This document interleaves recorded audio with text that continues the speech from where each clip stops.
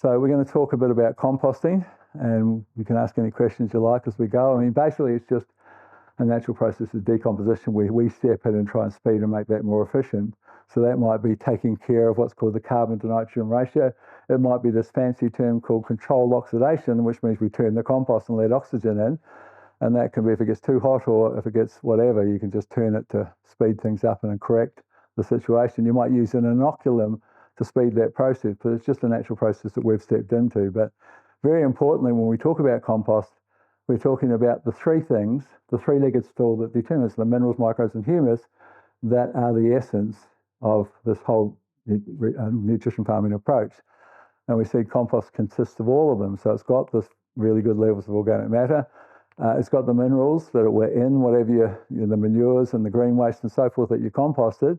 And those minerals are complexed into that humus that's part of that. And then you've got the microbes, this wonderful 5 billion organisms per teaspoon that a compost will contain. We see this idea of humus holding its own weight in water and storing all minerals from the potential of the carbon in the compost. This increased cation exchange capacity can store more in humus, stores everything. And the fact that the compost becomes food with all those organisms for other soil life. And you see often after a compost application, you see the earthworms come back.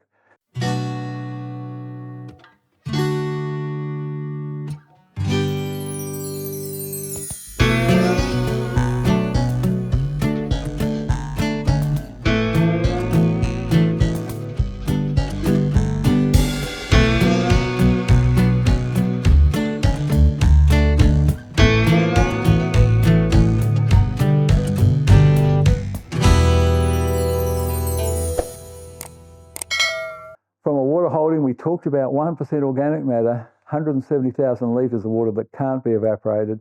That binds 132 tonnes of CO2, just 1%. It's a big binding of CO2 in the soil that would otherwise be in the atmosphere. Compost, of course, can fast track that process.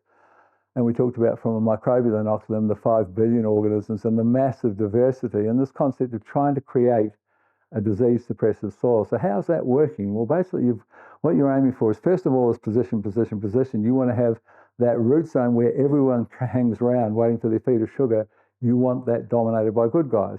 It's a numbers game. You want the more good guys, and well, the compost is filled with the good guys.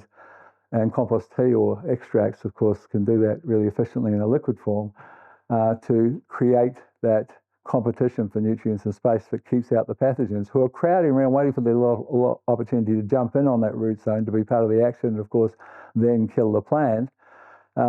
Consuming competitors, predatory fungi and other organisms producing inhibitory compounds are all part of this story of this disease resistance, this disease suppressive soil that compost can help us create, even to the point of stimulating the development and growth of microbes or fungi has been linked in research to composting. And I mentioned, I think in one of the earlier presentations yesterday, this concept of microbially enhanced delivery, the studies where they put just 10% of the requirements to balance that soil with in a compost base and composted it, the whole thing with the minerals in it, and then tested it compared to the full amount compared to 10%, and the 10% outperformed the full amount in 17 trial sites.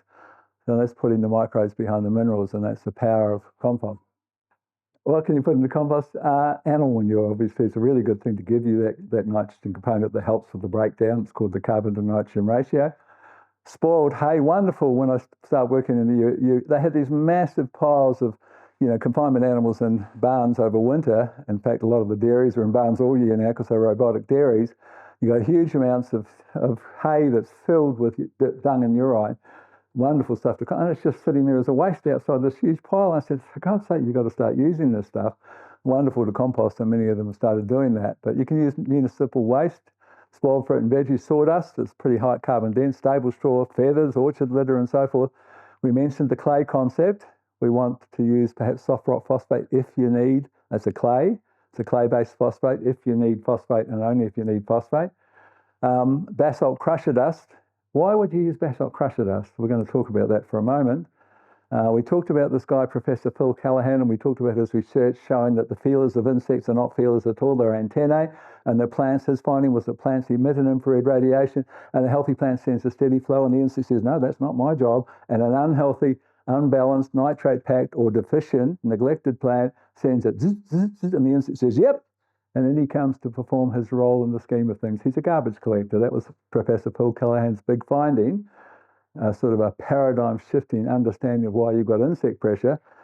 But I interviewed, and it was the last interview for my first book, the last interview that was ever conducted, because he was very clearly at the very start of suffering Alzheimer's, because he repeated himself whole stories in a day interview. He repeated several things 3 or 4 times, and it was very clear that he simply not remembered he'd already said it. But he believed that his most powerful of many findings was, and least acted upon of his findings, was this concept of paramagnetism. Now, here's how this evolved. He asked the question, why is it that volcanic soils outperform non-volcanic soils always? You can take the volcanic soil, the non-volcanic soil, non-volcanic origin, and you can mirror everything. Same sand, silt, clay components, same minerals. You can put it all in there. You can put some humus in there, whatever. You can have exactly the same soil, theoretically, but the volcanic always outperforms. So there's some other thing happening in a volcanic soil, and he somehow theorized, and how you would come up with the idea, I've got no idea. There's this thing called paramagnetism. It's a low-level magnetism that's been around forever in physics. And he said these volcanic soils have got paramagnetic qualities, and that they can attract, like an antenna, this not weird, airy-fairy thing. It's actually called long, what is it called? It's called extra long frequency, ELF radio waves, which are generated from lightning bolts. There are 4,000 lightning bolts every minute somewhere in the Earth's atmosphere happening, and energy doesn't just disappear. In this case, one of the things that lightning forms are these radio wave frequencies. And of course, that's an amazing thing in its own right. You could have took someone from 100 years into your lounge, and there's a square in the room with someone speaking in real time on the wall. I mean, you're a witch. How did you do that? But I mean, that's, you've got all these television radio waves. This particular one, he argued, and how he came up with it, I've got no idea, that these soils, which had this paramagnetic quality, could pull in that energy, convert it somehow into tiny light particles called biophotons, and provide a light source, which of course is stimulating for the roots and the microbes. And that sounds pretty weird. But then he said, well, Professor Fritz Popp is the founder of biophotons. In fact, it's quite remarkable when you go to his lab, and I have. You can actually measure for 27 euros your biophotons in your blood. And basically, the healthier you are, the higher reading of these tiny little particles. And as the lights go out, you go out, is the finding. So he travelled with, he got some basalt, because basalt came from volcanic eruptions, and it is highly paramagnetic, similar to the volcanic soils. And he took about basalt rock over to Fritz Popp, and he knocks on the door. It came unannounced. He was sort of impulsive. And Fritz said, he's the only guy who's got a machine that can measure biophoton emissions.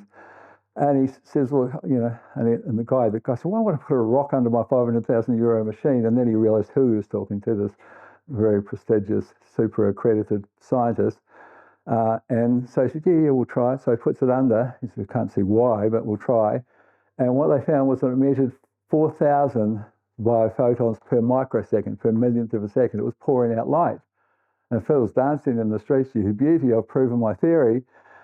And then he went back to the hotel in Hamburg, and he thought, why is it that if I take crusher dust, which he didn't have, he just had a rock, but I put it with compost, every measurable thing, particularly the microbial counts, improved dramatically. I wonder why. So he went down and bought a hammer at a hardware store, and he crushed up the rock. And he bought some compost, and he added the compost into the crushed rock into the compost and left it overnight. And then he took that back to Fritz, and he said, now, can you put this? He said, just as a rock, now you want some dirt? And he explained the story. And what Fritz measured was 400,000 light particles per microsecond. There's a synergy between crusher dust, and I will never make a compost, and I've made lots of them, without crusher dust at 6% in there. And so the finding is, then Phil took it to another level in conjunction with a guy called Bob Pike from Pike Lab Supplies. They developed a meter called a PCSM meter that measures the paramagnetic quality, and that meter is a fertility meter. The higher the paramagnetic quality of the soil, the better that soil will perform. And what's exciting about that finding is that you can source, now Boral, who are the largest quarry owners in Australia, or certainly in Queensland, they hired Phil Callahan on staff to train a bunch of 3 researchers who worked for a year looking at their various crusher dusts, finding the highest readings with this meter of fills, and then doing trial work for 18 months on the various ways of applying them, how much to apply and what you could do.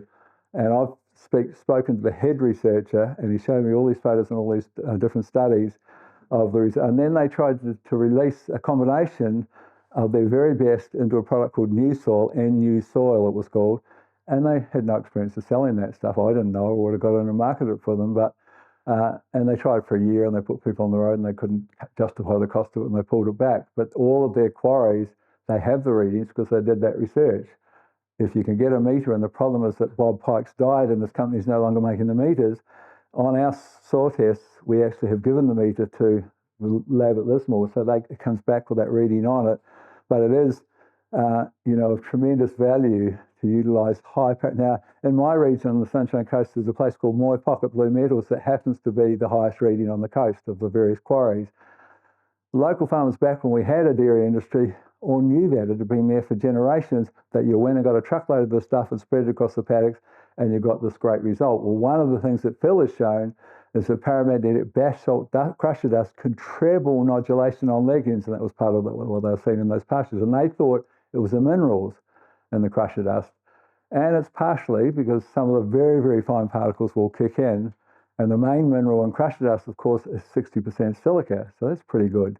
Now, the finding with basalt crusher dust is a really cool thing because it's just come out the last 3 years that it actually can be a planet saver because it can build carbon into the soil. And we're talking about inorganic carbon rather than organic matter humus. It's called enhanced weathering. And basalt, for some reason, triggers it. And the basalt will suck some CO2 and form calcium carbonate and magnesium carbonate, these very stable forms, and fix them into the soil and fix the carbon from the atmosphere into the soil. And now they're saying it's actually a planet-saving strategy to use basalt, but you can buy this stuff for $15 a tonne.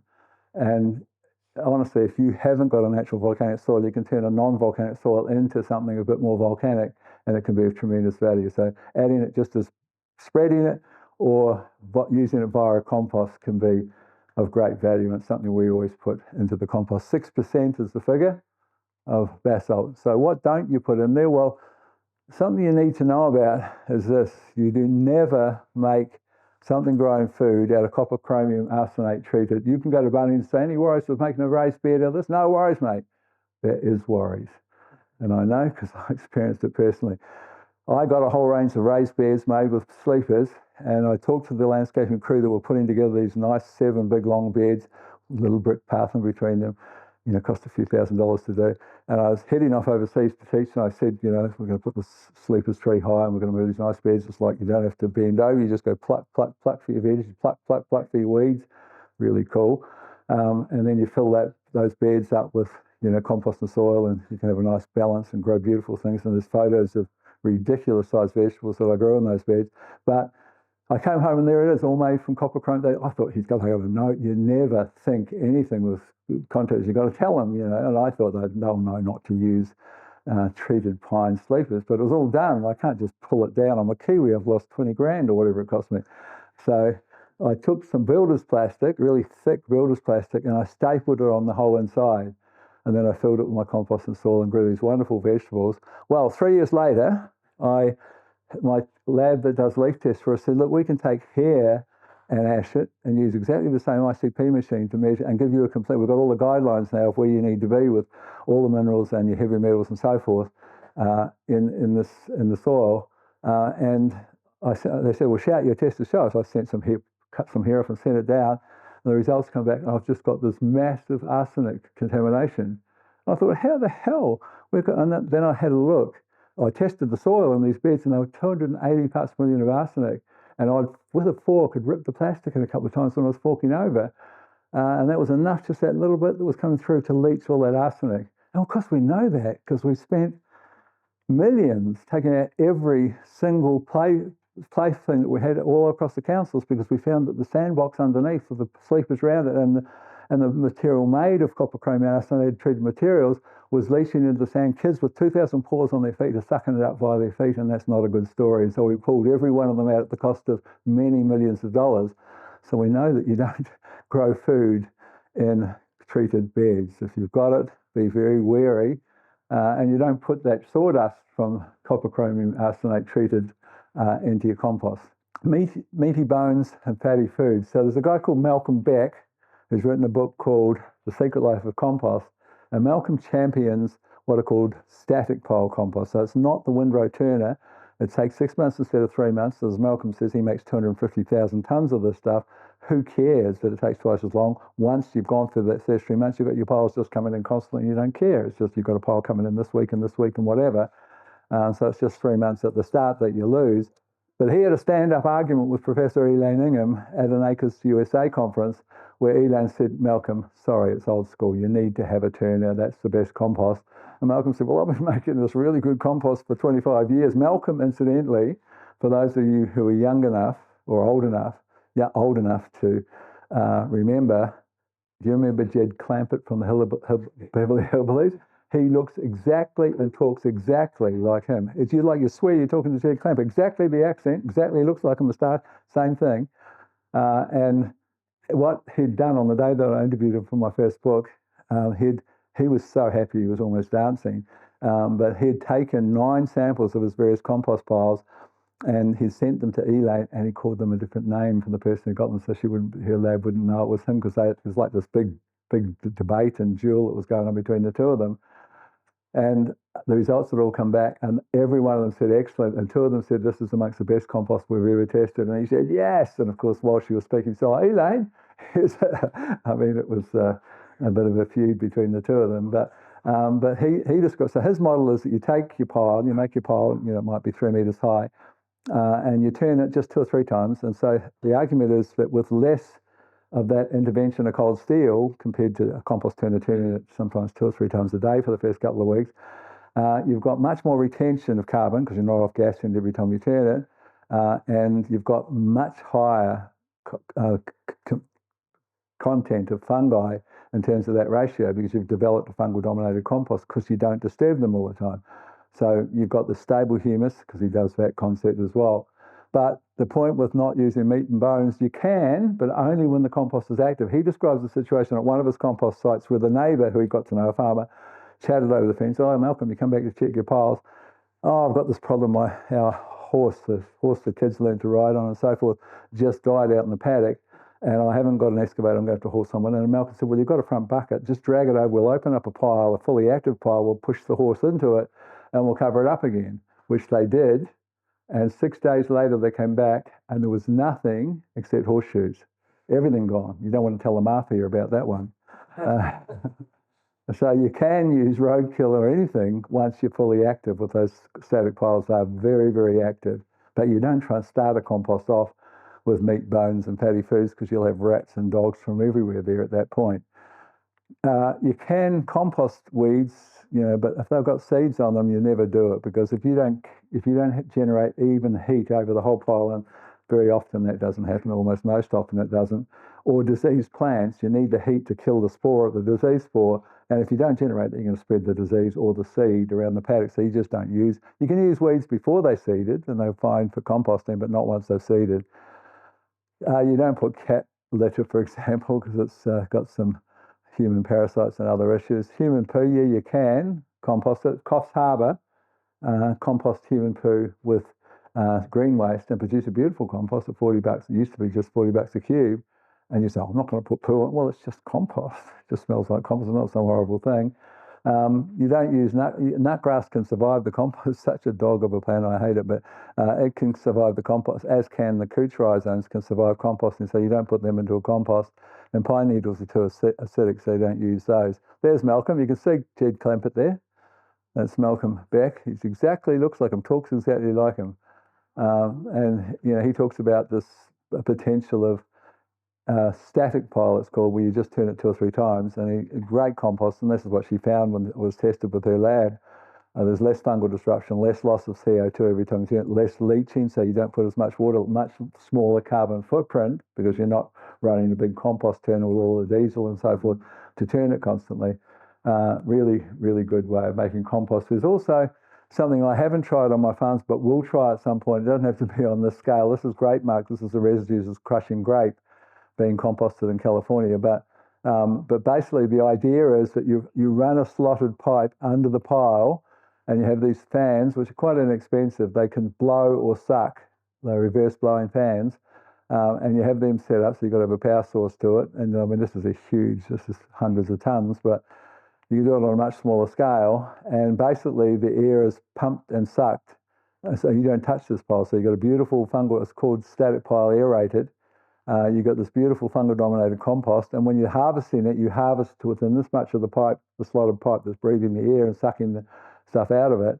And then you pull them out and you harvest the whole thing, then you lay out the pipes again and lay your next pile of compost. It's a really, really good way with a very, very nice analysis because it's so undisturbed, that pile. So aerated static pile may be amongst the best ways to compost.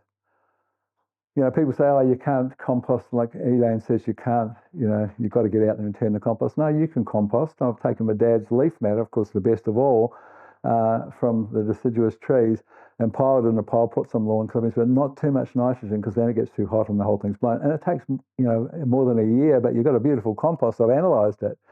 You can still do it. You can be a lazy gardener and still make compost.